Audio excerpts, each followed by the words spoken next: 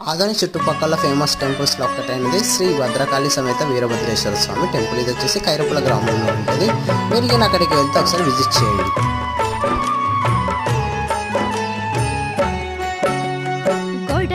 ಕ್ಷೇತ್ರ ನೋಡಲು ಬನ್ನಿ, ಇದ್ದ ಪಾಪವ ಕಳೆಯಲು ಬನ್ನಿ, ಶ್ರೀ ವೀರಭದ್ರಗೆ ಜಯ ಜಯವೆನ್ನಿ.